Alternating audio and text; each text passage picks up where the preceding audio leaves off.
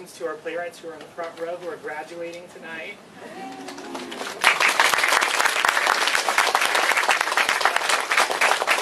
Before I turn it over to Katie Haroff, who's our lead teacher and sort of artist putting this all together, I wanted to thank Sandy Spackman. Sandy, where are you? I just saw you 2 seconds ago.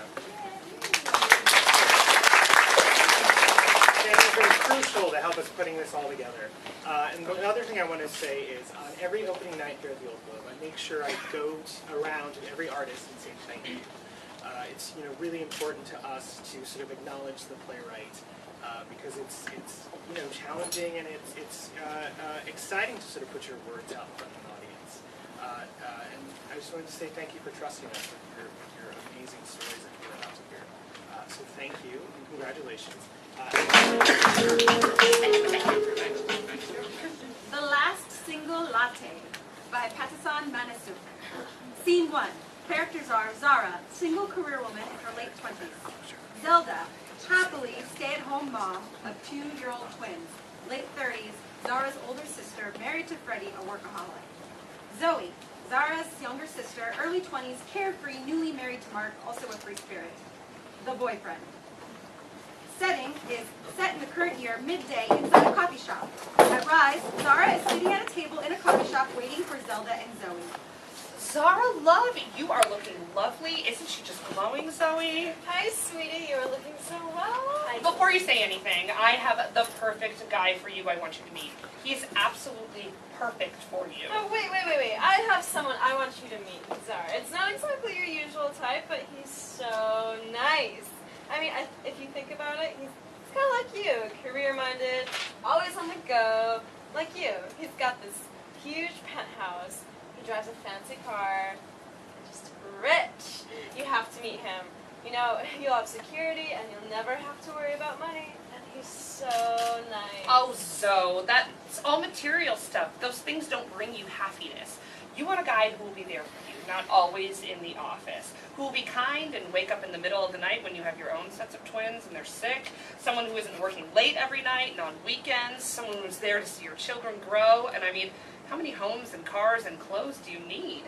You have to meet the guy I have for you. He is good looking, family-oriented, loves children, and is ready to settle down. I think he would be perfect, a great guy you want by your side. But yeah, all that's important too, but security is a big plus in a guy.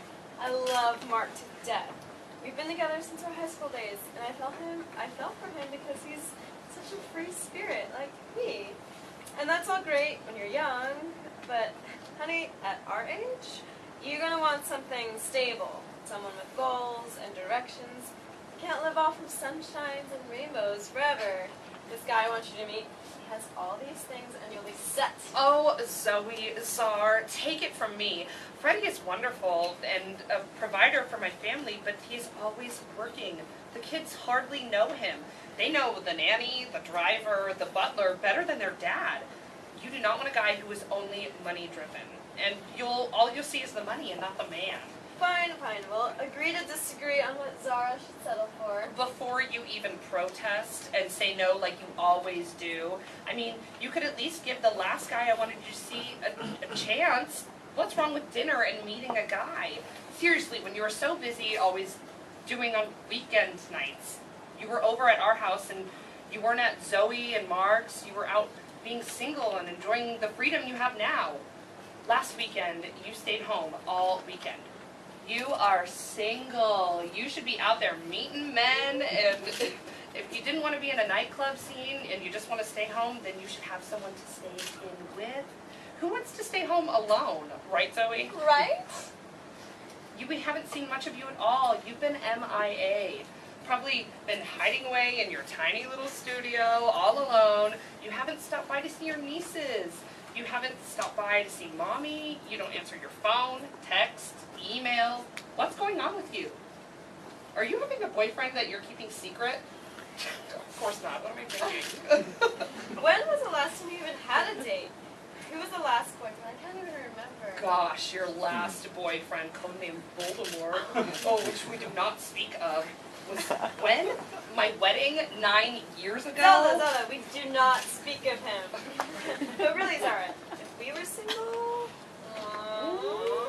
let me get back to you on that. No one wants to be alone. You? Of course not. Yeah, it sounds great now. Your own space where you can do whatever you want, an actual living room without toys and toys and toys, wearing fancy clothes, heels. Oh, I remember wearing heels. Now all I wear are flats. I used to tower over people in my 4-inch heels, beautiful designer clothes, able to wear black without stains of milk or spit up, and white clothing. Being able to say anything you want, whenever you want, eating out, whenever you want. Yeah, that all sounds great, but who wants to do that alone forever? I know you probably think it's great that you get the whole bed to yourself, no one pulling the covers all night or snoring all night next to you. It's not so horrible. It could get cozy, and body heat is better than a down comforter. And sometimes, really, the snoring, well, once you get used to it, it's pretty comforting. You really don't want to be alone. Girls, let me just... And you know, Mommy is just worried about you. Her last single daughter, Zell, has been married forever, and I've been with Mark forever. You don't want her to worry, do you? She's so old now. She and all of us just want to see you happily married like we are. Think of poor Mommy. There are tons of girls out there, half as pretty, fun, and smart as you. And look at them! They snagged a guy. Exactly. Remember our cousin Jane? The girl is dumb as rocks. Yeah. She's got the laziest eye I have ever seen. Look at her, look at her. Went on a 5-day cruise, came back married, knew the guy for less than a week, and she can get a guy. Do you remember Mommy's old co-worker's best friend's great aunt? She never got married from what I remember, and the story goes like this. When she was young and in her mid-20s, like you, gorgeous, fun, vibrant, could have any guy she wanted, but she took her sweet time. And then the callers stopped calling around. They said she had no choice but to end up alone, and then she was alone till the end. Lived by herself out in her little cottage at the beach. Just sad. Such potential, and she wasted it away. And remember that old lady who lived at the end of the block when we were growing up? She was alone, and her house was in shambles. No husband to help her maintain that house of hers, and she had all those stray cats always coming by. I bet those were her only friends. Remember we called her the witch lady? And we would never walk past her house? Zara, do you want that? Well, no. Well then, perfect. You'll meet my guy, and I know you'll hit it off. And then before you know it, we'll be sitting here planning a wedding. Wait, what about my guy? I think she'll have a much better time with my guy. What about your guy? We'll find him someone. I'm sure Zara knows plenty of other single women. She can't possibly be the last single girl we know. Girls, Yeah, please. let's let Zara decide. How about she meets my guy on Friday and yours on Saturday? No, are you trying to get her to meet yours first? So how do you want to handle it then? We can't have them all go out on one date at the same time. Zoe. Hush, Zara. No protesting. Stay out of it. We'll figure it out. Let's see. How can we handle this? They obviously can't go out on the same time. I want you to meet my guy first. Zoe wants you to meet her guy first. Zara, there's just not enough of you to go around. What's the best way to do this? Let me think on this. Girls, what I... Zara, don't say no. And besides, let me think.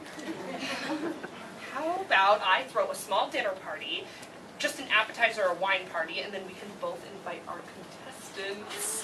That could work. Oh, how about this weekend? A Saturday? That's only 3 days away. We could throw something together. Something small and intimate. And I can check out your guy, and you can check out mine. Heck, we can make it a bring a mate for Zara party. Ladies. Well then, if we're going to have a party this weekend, we better go out and start planning. I'll call the caterers and have my assistant help me. Zoe, you start getting a small, intimate list of our common friends and encourage them to bring any eligible guy they would like. Zara, all you have to do is nothing. We will take care of everything. Just think of what you're going to wear. Wear heels. So Saturday it is. We can tell Mommy to come too. She'll enjoy it. It'll be like shopping for a son-in-law, a brother-in-law. Come on, Zoe, let's get this party started. Zara, we'll see you later. They start to gather their things and continue to chat as they head out the door. Zara sits there with her mouth open, just staring at the two of them as they head out. Zelda and Zoe proceed to leave the coffee shop. As they leave, enters a tall, handsome man. Boyfriend opens the door for Zoe and Zelda. Ladies, Now that is a handsome man. If we didn't already have 2 perfect candidates for Zara, I would ask him for her. Or maybe I should invite him to a party. I already have a boyfriend, and I wanted you guys to meet him. Hey, hon.